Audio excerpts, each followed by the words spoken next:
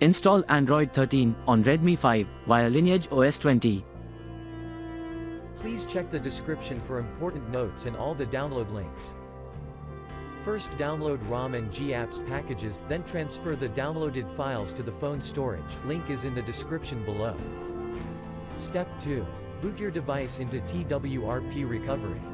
Once in TWRP, click on Wipe, Advanced Wipe, and select the check boxes, as shown in the image, excluding internal storage.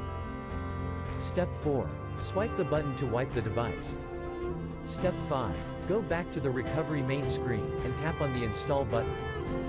Step 6. Navigate to the storage, and select the ROM zip file.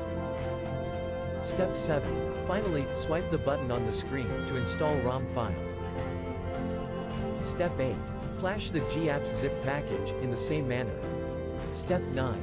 After GApps flashing completes, select Wipe Cache and Dalvik from bottom left side of screen, and swipe to wipe. Step 10. When the flashing process is complete, hit Reboot System. That's it, you have successfully installed the ROM on your device.